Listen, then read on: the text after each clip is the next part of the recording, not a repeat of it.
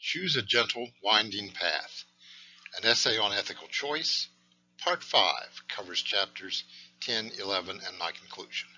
By Marty Price. Copyright 2022, Marty G. Price. Chapter 10, The Human Question, Who is my neighbor? For all this, I have circled around those central questions. Who, in human terms, is my neighbor? And how does closeness, emotional or physical, impact on my ethical treatment of various neighbors? The answer to the first question is an easy and obvious: everyone, for we all share in the qualities of this species and share this little planet.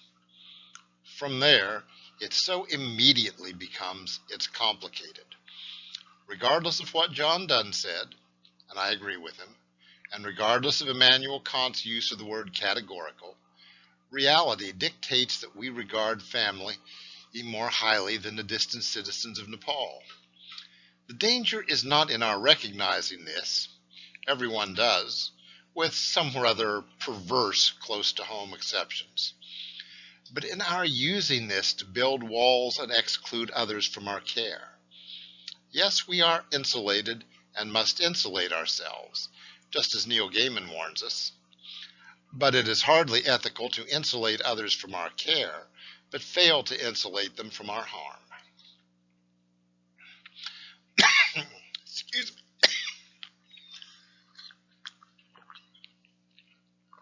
me. When I was a young man, excuse me, folks.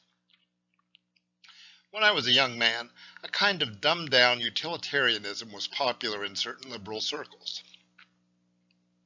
A notion of morality headed situation ethics. The system confronted an obvious truth.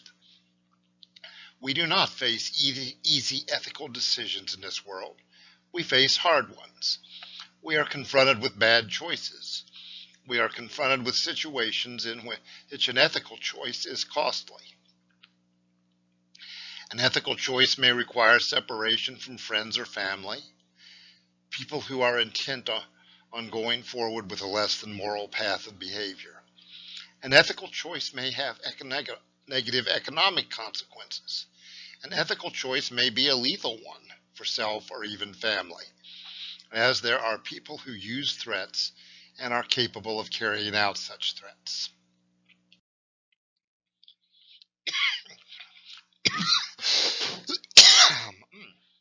My apologies. At this moment, I am reading a book on civil rights pressures in the American South, and asking myself how firmly I, a white male, would dare to stand in the face of a powerful, as well as pervasively evil, power structure. How far does one compromise oneself in the face of physical coercion, threats of isolation, family members who judge one's commitment as mad? Ask a marginally successful retailer in Birmingham.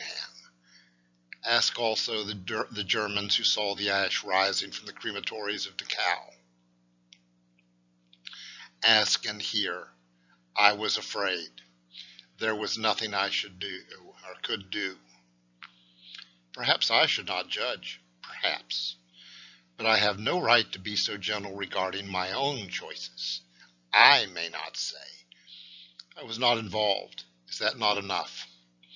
I must force my wobbling, shaking feet to step forward. I must seek some wisp of voice. I must say, I did as much as I was not too terrified to do. Then I might stand, angry that I did not do more, but able to say, at least, I tried to whisper no. Yes, situation ethics was feel-good ethics. Attach a measuring rod to choices. Call the best one good. Less evil is good.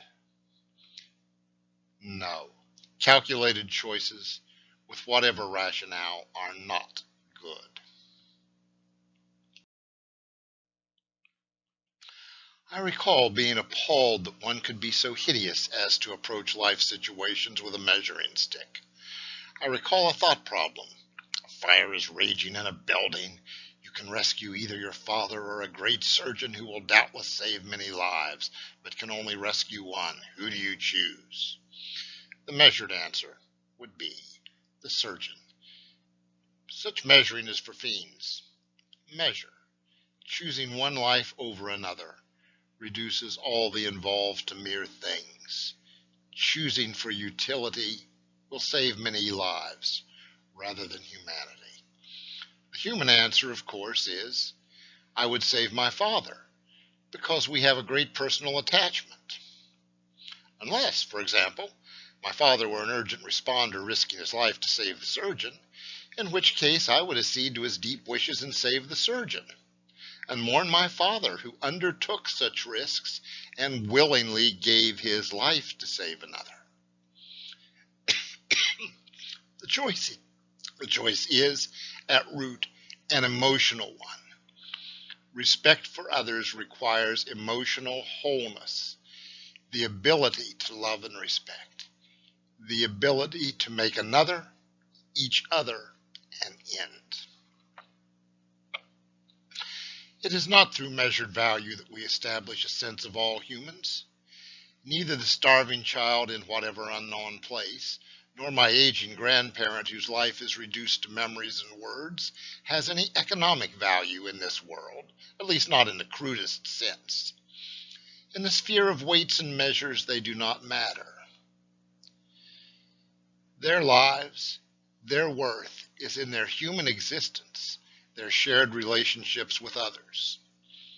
My relation matters, first to me, then intrinsically to all, because she or he is human.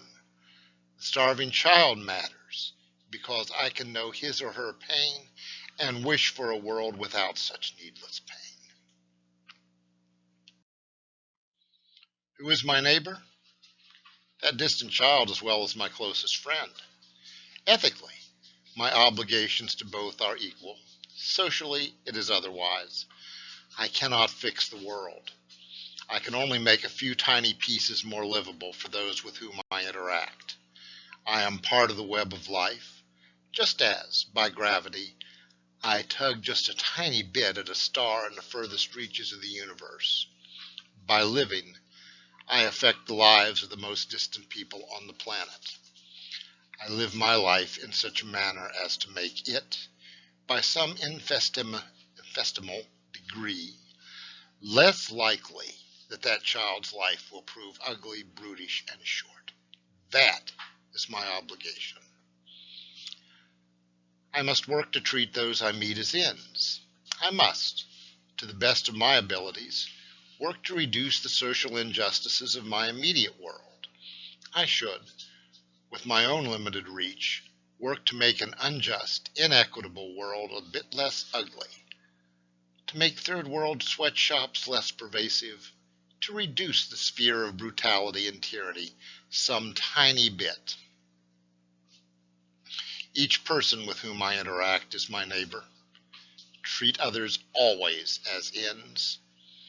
Not quite possible, but I am quite capable of acknowledging the humanity and fully respecting each person I encounter as I try to make my way.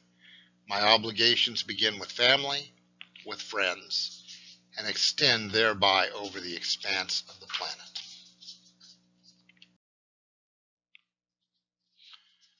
Chapter 11, and last, who are my enemies?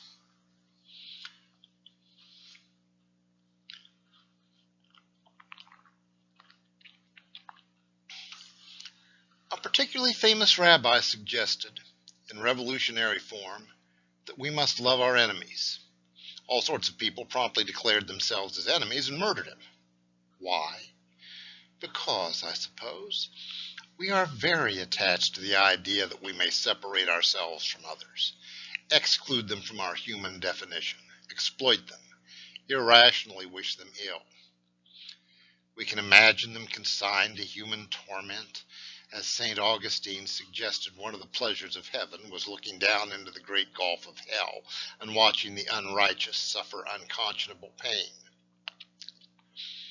I am not sure what sort of human being could or would wish to imagine their deity to be a wrathful demon, willing to consign his own creations to some kind of eternal torment. I noted the other status accorded to outsiders almost automatically in clan thinking, and I can easily imagine some clan deity as being conceived as vengeful toward outsiders. It seems an ugly step beyond that to imagine a universal deity and then hold such a being as merely petty, choosing a handful of people for some heavenly reward and consigning all the rest of a wondrous, beautiful creation, not merely to death, but to some place of eternal horror. Why are humans so capable of hate? I wish I knew. I know I am quite capable of hate. I hold a bubbling temper and will scream at those closest to me over unintended slights. Fortunately, those know my little explosions to be fireworks within a ceramic pot, bits of noise and flashes of color that do no harm to anyone. I yell at traffic, and would not if there were the least danger of my voice being heard.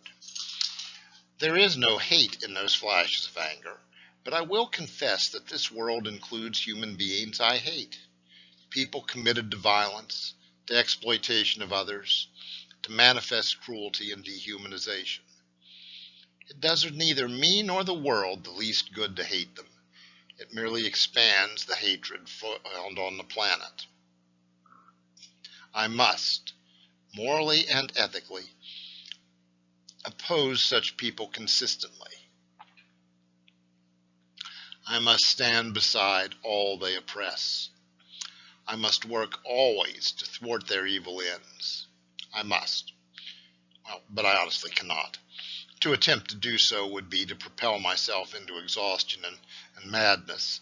I would be left like Phil Oakes, spouting that he had been killed by John Train and then hanging himself, dying in his brother's attics. Honestly, I must live my life. I must, as Thoreau suggests, always work to wash my hands of the evil of others, to turn away, to never aid them in their schemes. There's much evil in this world. Even to wash my hands of so much crime is perhaps too hard, but I must try. When evil voices or evil hands direct themselves at me, or those I intimately love, do I turn the other cheek? That was the suggestion of a certain great rabbi. If my option is to turn the other cheek or to launch my own crusade of violence, anger, and hatred, I certainly must choose the former. Ethically, I must not make the world an uglier place. But what have I to say of those who have, with violence, risen up against evil? Have I condemnation for the young Frenchwoman who pretended to be a prostitute, lured Nazi officers away to private places, and slit their throats? Have I condemnation for American John Brown, who would use all means at his disposal, guns included, to end the American abomination of chattel slavery? When I look at my own choices, my adamant decision, I shall not kill, that I point to publicly and aim to forever live by, do I imagine myself a better human being than they? I hope, should the situation arise, I would prove a better human being than Robespierre, sending human beings to the guillotine, or the vengeful Madame Defarge of Dickens's novel of the French Revolution. I can judge them and find their choices, however justified, ethically lacking. But for the rebel taking on the forces of death, for John Brown and Crazy Horse and Cinquez on the Amistad, it is not for me to say. Ethical behavior is hard. Conclusion: there are no easy answers to the question of life. Living a perfect life is impossible. Living an ethical life is hard. But without ethics, we are without love, we are without humanity. No human being is an island. Not in nor is any other constituent element of all this vast universe an island. It is our responsibility to acknowledge the freedom and dignity of all living beings. We must aspire to treat others always as ends, never as means.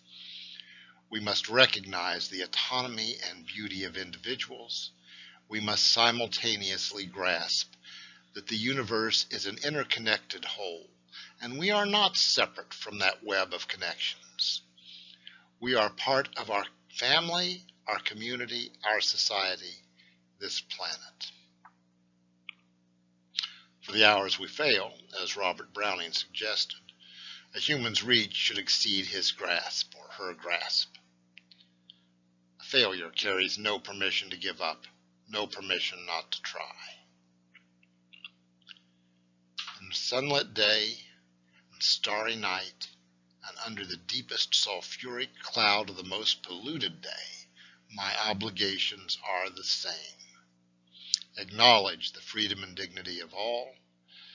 To the best of my ability, treat others always as ends, never as means.